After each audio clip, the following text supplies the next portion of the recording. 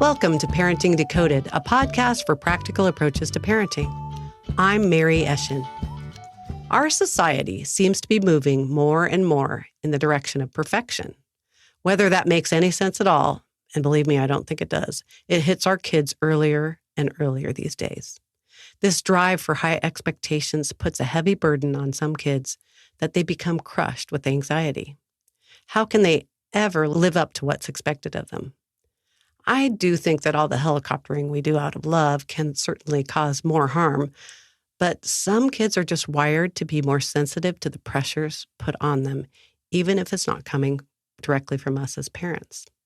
The question is, what do we do as parents to help our kids become emotionally intelligent enough to work through their anxieties and fears so that they can keep moving ahead toward a fully lived life? In a previous podcast, I spoke to therapist Jessica O'Connor about separation anxiety, which usually hits kids from 1 to 5 years old. We talked about how most of the time kids outgrow separation anxiety, but sometimes it grows into something more permanent, which is what I'd like to continue to explore. In this podcast, I'm so happy to have Stephanie Pinto, founder of Let's Raise Emotionally Intelligent Kids, and author of the best-selling book, From Chaos to Connection. She's also a pediatric anxiety specialist and a former speech pathologist. She's joining me from Sydney, Australia, where she lives with her family. I've been following her work online for years now, and I'm so happy she's agreed to delve into issues with anxiety and how we can better support our kids. Welcome, Stephanie. Thank you. Thank you so much for having me. Absolutely, especially with such a tough topic, but you are really well-versed in all sorts of things as far as anxiety goes. And one of the things that I was talking to Jessica O'Connor about was the different types of anxiety. And, what are some indicators that as your kid moves maybe away from separation anxiety, how do you know that they have anxiety? Are there different types? And, as they get older, what are the red flags that you might look for? Yeah, that's a very good question to start off with. And I know you said I'm well-versed It's a big one. There's multiple points in there. You said I was well-versed in the anxiety space, and my mind went straight to, that's because I had giant anxiety as a kid. So I've lived it. I've lived through it. Sure. Might as well be an expert. Oh my gosh. And how we kind of sometimes think, I wish I think, I wish I had this program and this knowledge that I have now back when I was a kid. It would have saved me so many years.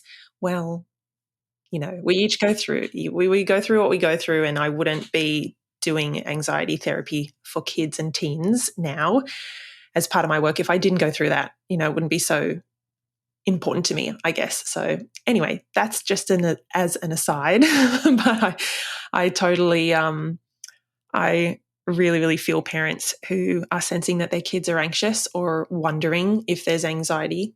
And as you said, there's a number of different, anxiety type of conditions that come under the umbrella of anxiety disorder.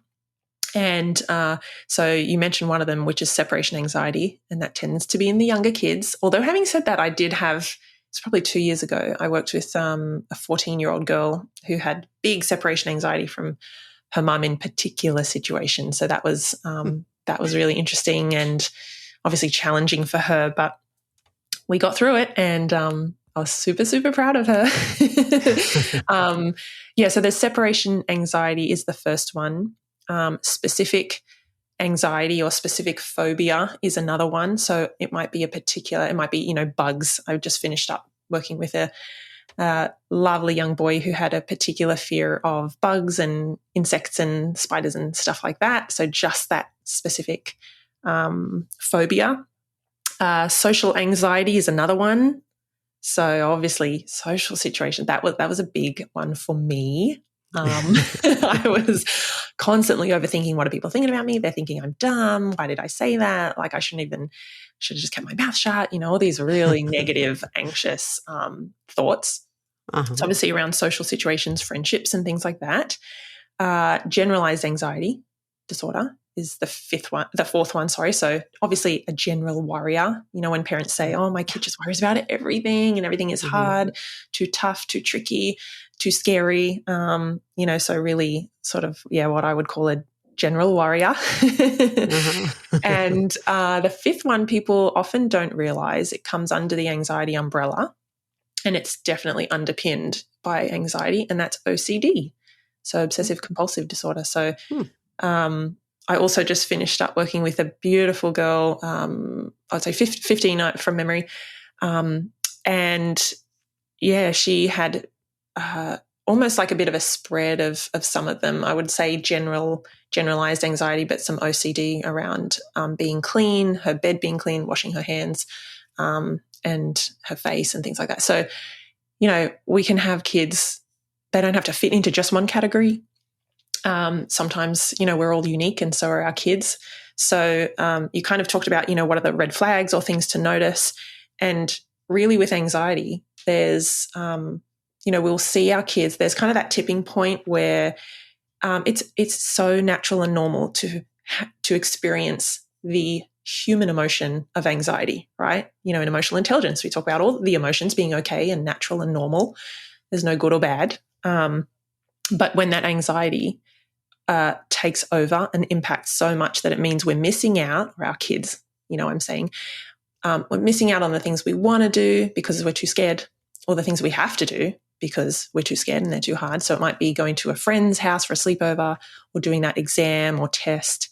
When that's really being impacted, that's when we know, hey, we need to get some support and really kind of get some strategies and some help around this for our child. Because like I said, a little bit of anxiety is normal. And in the work I do, I explain that to kids and parents. And I say, athletes and actors use anxiety to rev up and to do a good job and to perform. And it does make us study a bit more for that test, or it does make us sort of assess the situation if we're unsure, or, it's a bit new.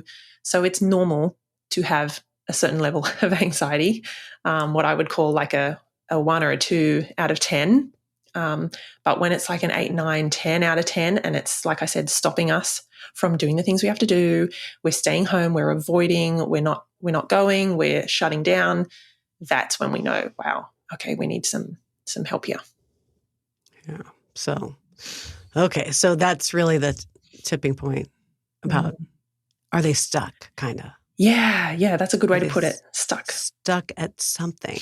So when you work with families over the years that you've worked with them, are there certain factors that contribute to that rise in anxiety in the kids that, maybe we're contributing to, or things that we might be able to stop doing? Yes. Maybe. Yes. Like, what can we do? Yes. Yeah, definitely. So there are a few, I guess, sort of potential contributing factors that can create or give rise to anxiety in kids. There is a moderate genetic sort of component. So sometimes we do see it runs in families. Sometimes it's almost like a personality style or a trait, if that makes sense. So there is that element that can be, whereas for me, like, I was anxious and yet neither of my parents were. So it can sometimes just skip a generation. Yeah, apparently come out of the blue. Learning experiences where a child has been through an event, a dog has run up to them and bitten them or scared the life out of them, or they've been in a car accident, things like that. Those frightful, scary, anxiety-inducing experiences can definitely almost like teach a child the world is a scary place. So it can be those learning experiences as well, stressful events, but sometimes it's what we're seeing around us with what other, sometimes how our parents are responding to different situations, friends or siblings and things like that. That can also impact the way a child will, I guess what I want to say, like the lens through which they see the world. if my mom is terrified of dogs, and we go for a walk and she says, oh, quick, cross the road, or, oh, come, stay close. And I see that around in my neighborhood, because we have particular different cultures around here, in where I am in Sydney. And there are some families who are, they're not raised with pets and things like that. And I can see even adults. We used to have a dog for a few months ago. Unfortunately, she passed away. But when we were walking her, we would see some people, adults, look a little bit terrified, I want to say, cross the road and walk on the other side. And me doing what I do, I was like, well, they're obviously, not feeling confident, even though she was on a lead and so on. So yeah, it can be sort of those experiences and watching people around us. If they're modeling anxious behaviors or avoidance or fear, then that says to us, oh, there is something to be scared of. So that can contribute too, if that makes sense.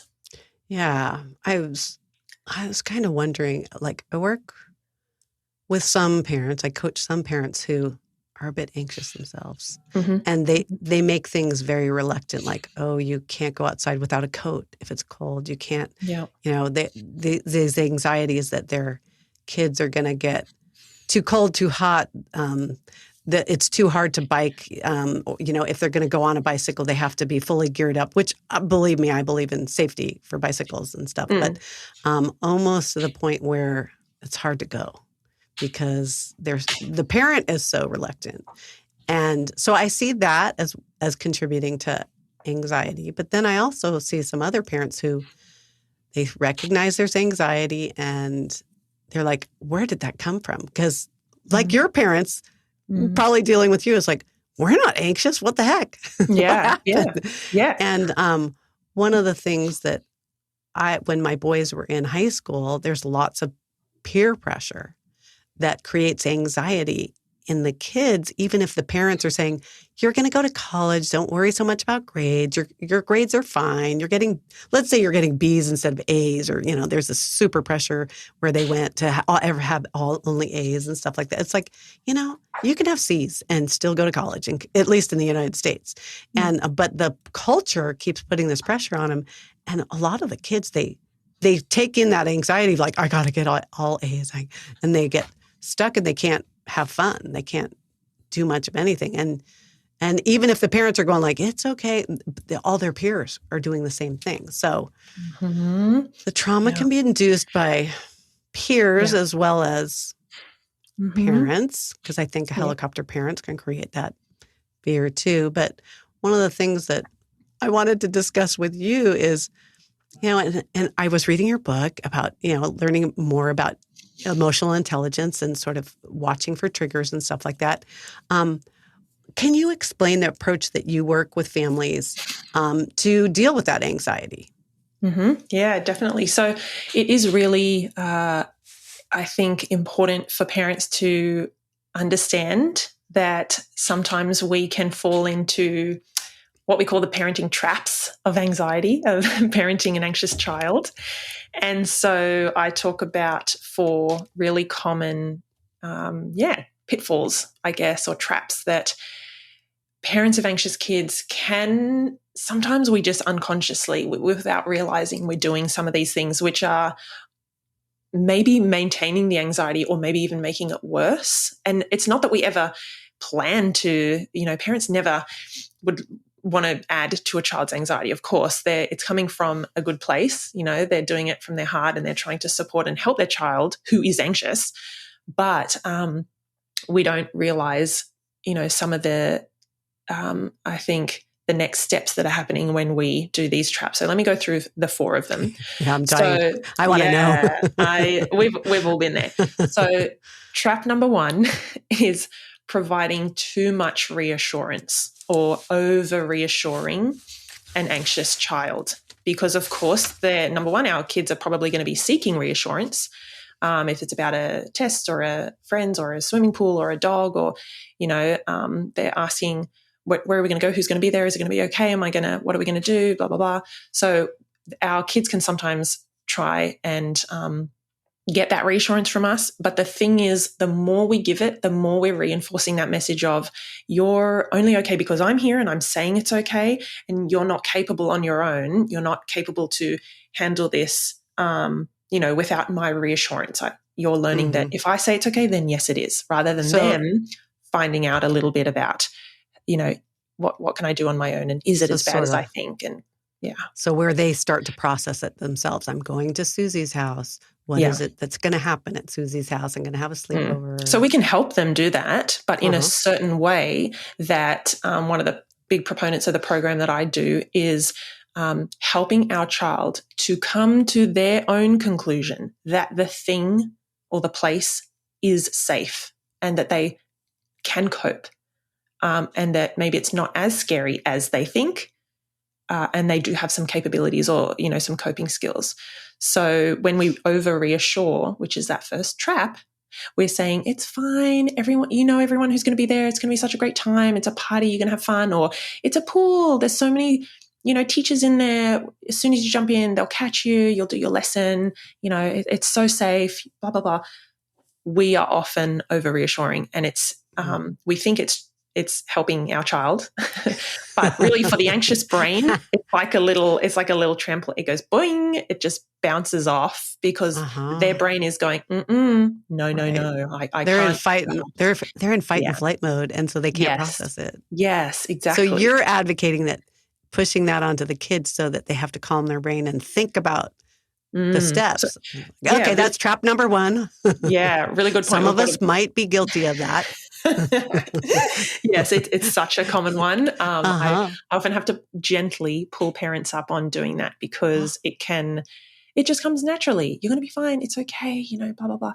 So that's something we have to be mindful of, that it's not helping. And actually, if I just say one final thing on it, it can go as far as making the child or the teenager feel like you don't get it. No, I'm not going to be fine. This is too hard. I can't go. It's tough. Like, why are you saying it's so easy? Like, you don't get me. You don't get it. So they're feeling really unheard and invalidated. So we don't want to do that as well. Okay. Well, that's a great point. And I think it's super easy for parents when they're in a rush, when they don't they're tired of hearing, I don't want to go. You don't understand. Especially for teen, when you get to that teen stage where the teen just shuts you out then because they know that mom or dad doesn't understand where they're coming from. Yeah. Okay. Well, that was trap one. Trap one. Trap number two is when we jump in too soon, or as I like to say, we swoop in.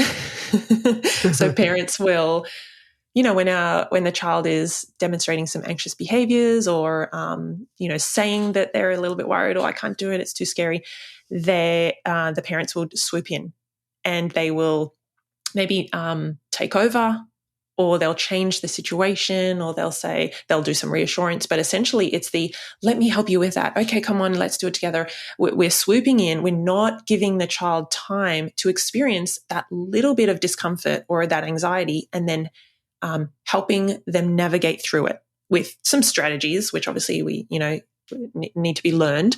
But jumping in too soon can really prevent the child from learning that, it isn't quite as scary or as hard as I thought. I don't like it, but it's not a disaster. Or, maybe I can last in the classroom for a little bit before I start to get really scared. It's not as scary or not as bad as I thought, and maybe I can cope a little bit better than I thought. Does that make sense? Yeah. So we're only by so one of the strategies in the work I do is to allow your child just a little bit, like we find out where that is, to sit in the situation just long enough for them to have a bit of that learning and a bit of that realization. And we coach them through that. And afterwards we say, wow, you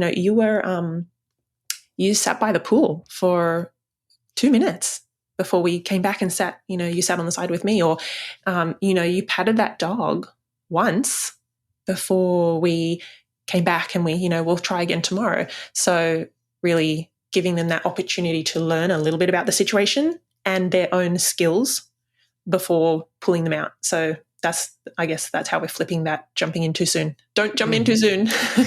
Okay. There's two. Yes. Trap number 2. Okay. Swooping. Third one is allowing avoidance. And we know that when we allow the avoidance, it actually keeps the anxiety going. It maintains it. So there are sometimes subtle things, sometimes obvious things that parents, even teachers, can do. And it's really accommodating or allowing that avoidance. It might include things like allowing a child to take a day off school, speaking for them, not asking them questions, taking them home early or giving them alternative activities to do, even things like turning off the news, working extra hard to make sure nothing goes wrong. So lots of ways in which sometimes we are over accommodating because, again, it comes from a good place in our heart. We don't want to see our child anxious. It pulls on our heartstrings. So, but yeah, the thing is that we know that the more me as an adult, the more I avoid something like doing my taxes or God, like it just creates this whole thing in my brain that I'm like, oh, I can't, I really don't want to do it. And then I finally get it done. I'm like, oh God, it took me 10 minutes. What was I so worried about, Right. You can still keep practicing this on yourself. Well, and that all of the first three traps certainly sound to me like a helicopter parent. Yeah. Like, I was really good at being a helicopter parent out of love. Absolutely. And, I was calm and I wasn't so anxious, but it's like, I was just trying to make life good. And, I wasn't pulling my kid out of school and stuff like that who didn't have huge anxiety, but there were times where I was stepping in way too much. And luckily in middle school, I learned some new techniques and really made a difference so that my kid could learn all those problem-solving skills that sounds like you help families to get through. Okay, so are we ready for 4? Yeah. Okay, the fourth one, maybe this doesn't sound like you then if you because I know the first 3 can sit in that helicoptery kind of. Actually, have you heard the term snowplow parent? Oh yeah. Yeah. I didn't realize that was a thing until maybe a year ago. One second. Sorry, we had a technical difficulty. Let's go back to number 4. What is it? Okay, so number 4, this is our last trap for parents, and it's actually quite different to the first 3. It's being too tough on our kids. So I think a lot of parents will resonate with this if they have an anxious child or teen.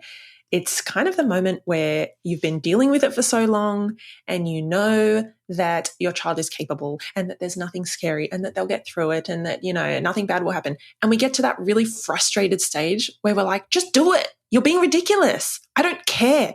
Get in the car or get to school.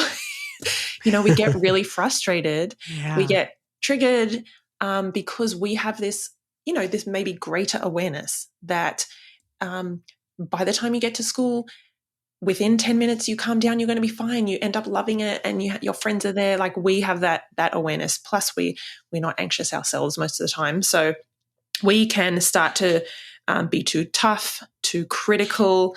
Sometimes parents think, it's good to toughen up their kids to make them face their biggest fears straight away. Just like, what's the, drop them in the deep end. Yeah. That's exactly where I was thinking.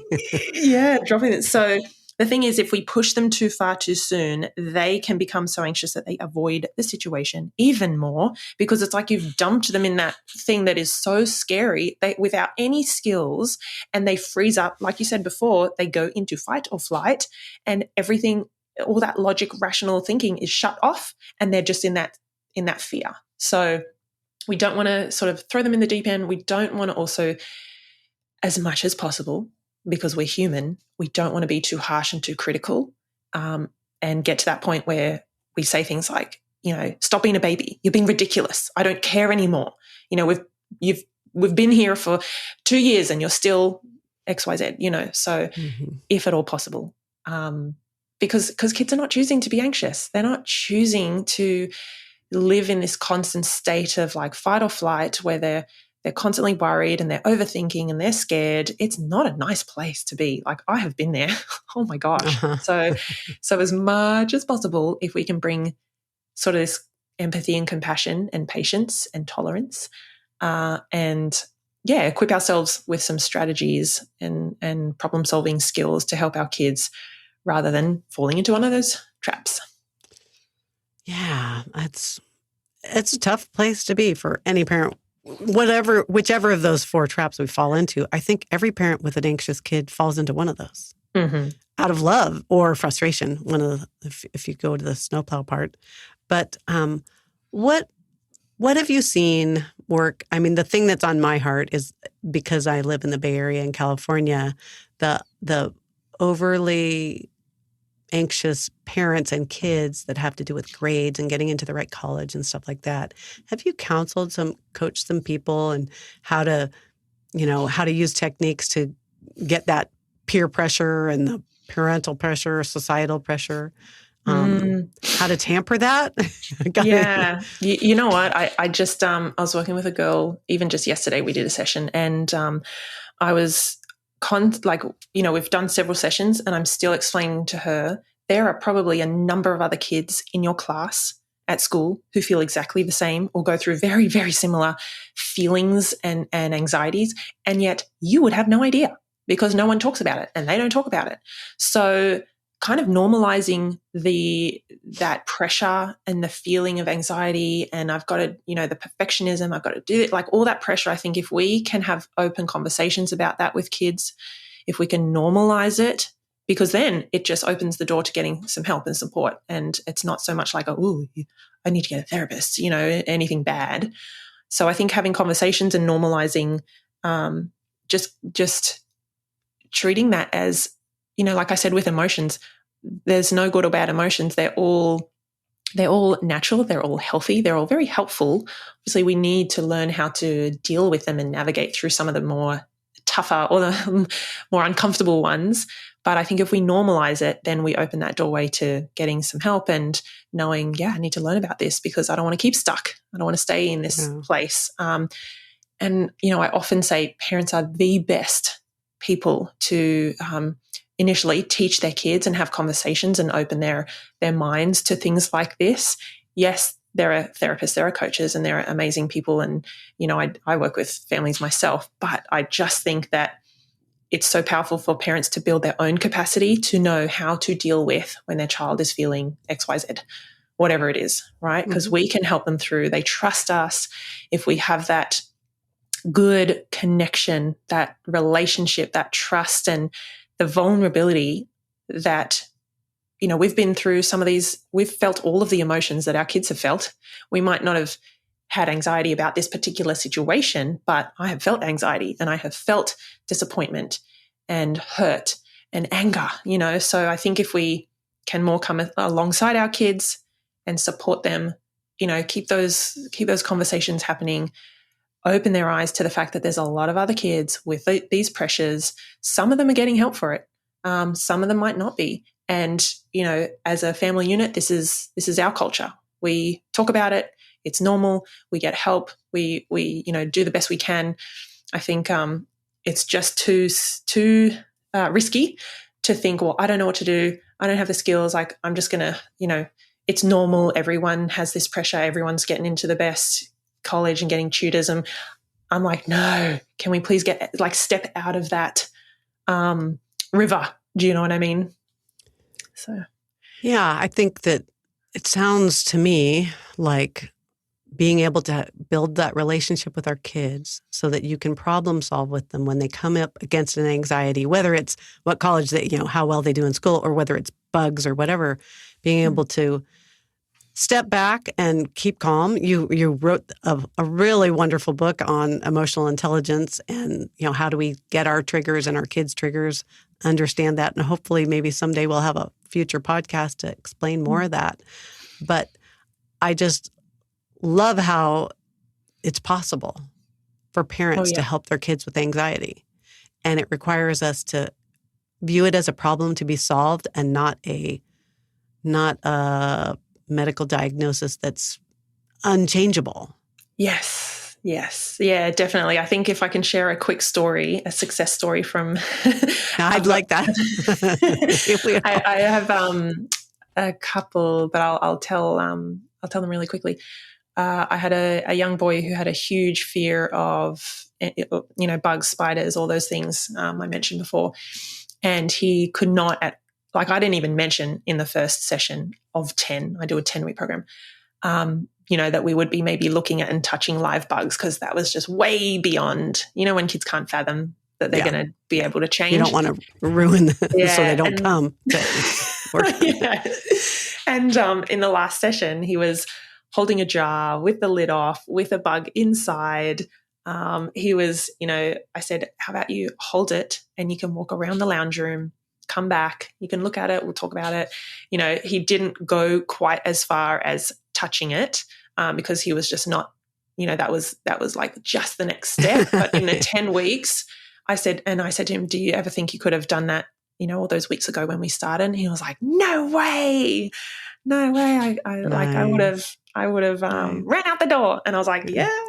So, and he, I could see in him, he was calmer, like physiologically, he felt more in control, more confident, and knew, like, this is the thing, we're rewiring those circuitries and those pathways, the anxious kind of loops in the brain. And now he knows it isn't scary. They can't bite me. They can't hurt me. I am safe. It's all those kind of thoughts. Anyway, so that was really exciting. We had a big last session, which was really cool to see. And another young girl who was what I would call a general worrier, so generalized anxiety about everything. And her mum messaged me just a few weeks after our last session. She still keeps me in the loop now, which is awesome. And she said, my daughter has now joined the choir. She's also gone on to like a regional netball team through her school. So she's not just doing school netball, she's now doing another like outside of a regional school one. And she also has just said that she wants to join, after many years of not being able to, a dance, like a dance school outside of, after school dance group.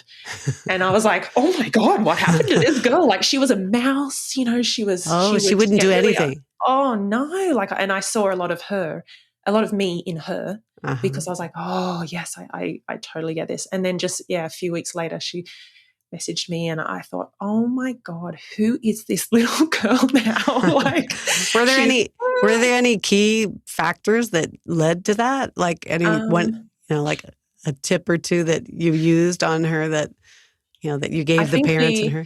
The biggest thing, and one of the biggest, there are two kind of big proponents or pieces to the program I do. It's underpinned by CBT, so cognitive behavioral therapy.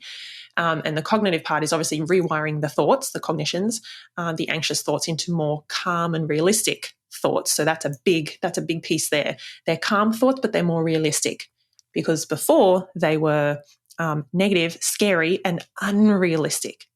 She would think, everyone's going to laugh at me, something bad will happen, I won't even score a goal, it will be terrible, blah, blah, blah. So helping her to, as I said before, gently pulling her awareness to the fact that those thoughts and worries she has very rarely come true and actually aren't realistic. And when we find what we call lots of evidence about the situation, let's say playing netball or getting up on stage, doing a speech or doing an exam, when we find out lots of evidence about what's happened in the past in similar situations, what generally happens or what usually happens to other people, what's most likely to happen, what are the facts about the situation, when we kind of get all of that information and we flood a page with it, then she started to go, no one ever has laughed at me when I've done a speech, or I always have scored a couple of goals in the netball game. I've never scored 0.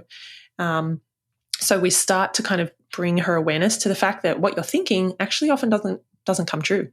And it leads her to a different conclusion, that she will, be okay. It might be a little bit scary, but she'll be able to cope. It'll not be as bad as she thinks. And what's more likely to happen in whatever situation it is. So we're kind of doing that restructuring where it just starts to basically change her mind about situations. So, and it sounds like in her case, she did you got her to the point where she was able to make a step and she got successful enough so that she did the next step. And then, you said she was going to do the dance thing as the third next step. And I it's just know. and I mean, our kids' self-worth and self-image impacts them. And I think kids who have a lot of anxiety do have a warped sense of self-image that we have to basically help teach them how to bolster it up. Yeah. And, I'm just thankful that there are folks like you around that can help families who have a kid who's stuck. And one of the things that we were talking about, I know that you have a program. I'd love for you to describe it a little bit and to let people know, can they work with you when you're in Australia?